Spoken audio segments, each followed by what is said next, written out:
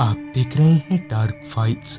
Dark files में आज की कहानी हमारे साथ शेयर की है अजय जी ने। तो चलिए पढ़ते हैं आज की इस कहानी की ओर।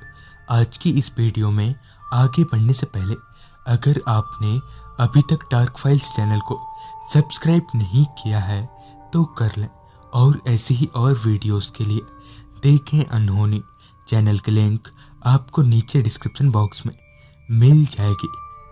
उस दिन सुबह से ही मेरा सिर दर्द से फटे जा रहा था, जिस वजह से मैं ना तो चैन से सो पा रहा था और ना ही जाग पा रहा था। इसलिए मैंने आज काम पर से भी छुट्टी ले ली थी। सर दर्द तो मैं कैसे भी करके बर्दाश्त कर ले रहा था, मगर कुछ देर बाद ही मुझे बुखार आ गया, जिसने मेरी हिम्मत तोड़ दी। खैर फिर जब दवा खाने के बाद मुझे थोड़ा आराम मिला तो मैं सो गया। फिर जब मेरी आंख खुली तो मेरा फ़ोन बज रहा था। मैं बिस्तर पर उठकर बैठा और फ़ोन उठाने से पहले एक दफ़ा अपनी निगाहें घड़ी की तरफ घुमाई तो वक्त हो रहा था रात के 11:30 बजे का। मैंने मोबाइल देखा तो अंकुश का फ़ोन था। अंकुश जो कि मेरा बहुत ही अच्छा दोस्त है और अभी वो मेरे ही शहर में अपने पिताजी के इलाज के सिलसिले में आया है। उस वक्त मेरे दिमाग में उल्टे सीधे ख्याल आ रहे थे। खैर मैंने फ़ोन उठाया तो सामने से अंकुश ने बताया कि यार मैं बुरी तरह से फंस गया हूँ। वो क्या है कि मेरा बटुआ चोरी हो गया और अभी मुझे पैसों की सख्त ज़रूरत है, तो तू आकर दे जाएगा पैसे। जिस पर मैंने कहा, भाई यार आज तू कैसे भी करके मैनेज कर ले, मैं कल सुबह आकर देता हूँ पैसे। जिस पर अंकुश ने कहा, भाई कल सुबह तक नहीं हो पाएगा यार, प्लीज़ हेल्प कर दे। अंकुश के इस तरह गिड़गिड़ाता देख मुझे दया आ गई। आखिर दोस्त है मेरा। ये सोचते हुए मैंने अंकुश से कहा, तू रुक मैं पहुँचता हूँ वहाँ। और ये बोलकर मैंने फ़ोन कट कर दिया। फ़ोन रखते ही मैं फटाफट बिस्तर पर से नीचे उतरा और कपड़े चेंज कर लिए। चूँकि ये जनवरी का पहला सप्ताह चल रहा था तो बाहर ठंड होगी, लिहाजा मैंने भरपूर गर्म कपड़े पहन लिए और वाइफ को पूरी बात बताकर दरवाजे की तरफ बढ़ने लगा।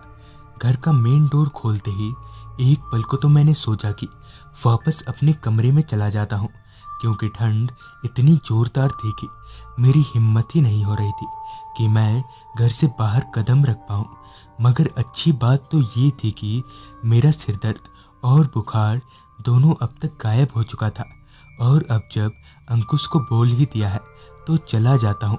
घर से निकलकर कुछ देर चलने के बाद मैं बस स्टॉप पर पहुँचा तो बस स्टॉप पर भी सिवाय मेरे और खामोशी के तीसरा और कोई नहीं था। दूर दूर तक ना ही कोई इंसान दिख रहा था और ना ही कोई परिंदा। कि इसी बीच मुझे ध्यान आया कि अभी तो रात के 12 बज रहे हैं, तो इस वक्त तो ना ही कोई बस मिलेगी और ना ही कोई ऑटो।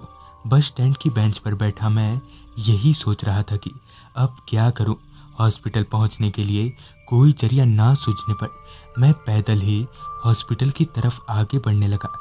रास्ते पर चलते हुए मैं मन ही मन सोच रहा था कि ये अंकुश ने भी कहाँ फंसा दिया। अच्छा खासा मैं मज़े से घर पर सो रहा था। बस स्टॉप से हॉस्पिटल थोड़ा दूर था, मतलब कि अभी मुझे हॉस्पिटल पहुंचने में वक्त लगने वाला था।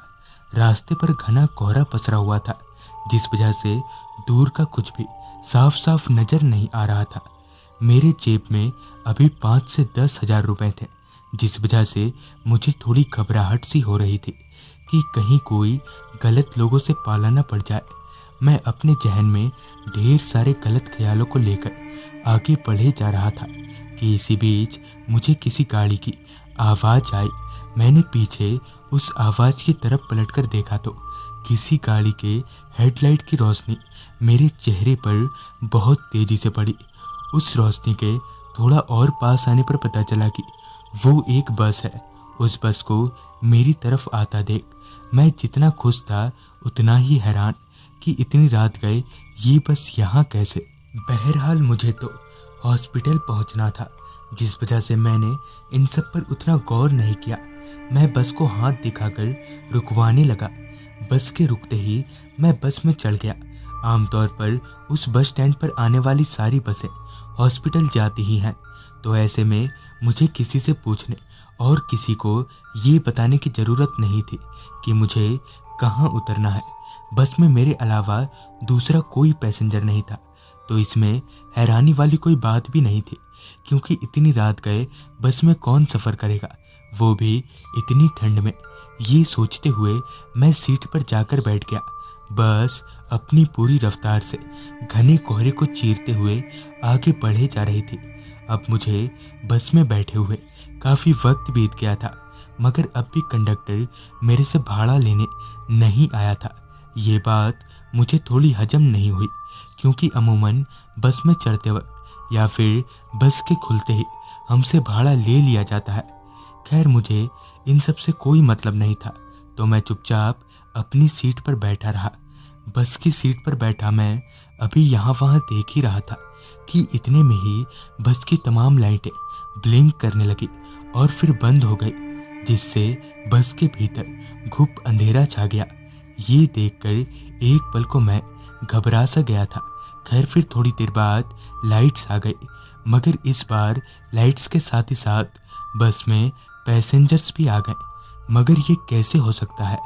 थोड़ी देर पहले तक बस की जो सीट्स खाली जा रही थी, अभी अचानक ही उनमें पैसेंजर्स कैसे आ गए, जबकि बस अभी कहीं रुकी भी नहीं थी।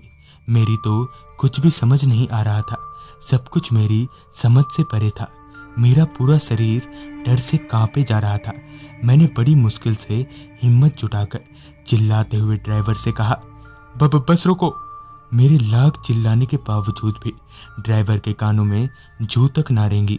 मैं अपनी जगह से उठा और ड्राइविंग सीट के पास गया तो मेरे पैरों तले जमीन निकल गई। मेरी धड़कनें एक झटके से तेज हो गईं। दरअसल अभी ड्राइविंग सीट पर कोई नहीं था, बस अपने आप चले जा रही थी। मगर चौंकने वाली बात तो ये थी कि ड्राइवर के बिना भी बस की स्टीयरिंग खुद ब खुद घूमे जा रही थी। मुझे तो कुछ भी करने का सोच ही नहीं रहा था, यहाँ तक कि मेरे मुंह से आवाज़ तलक नहीं निकल पा रही थी।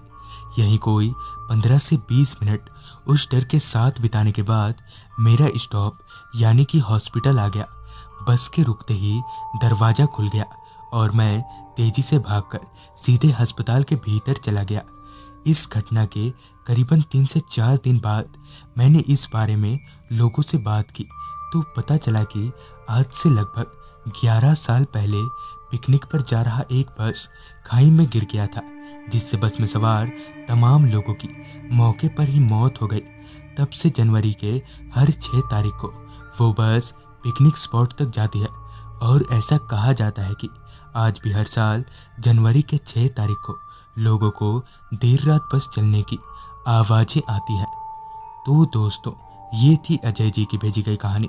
अगर आपके पास भी ऐसी कोई कहानियाँ हैं तो हमारे साथ ज़रूर शेयर करें।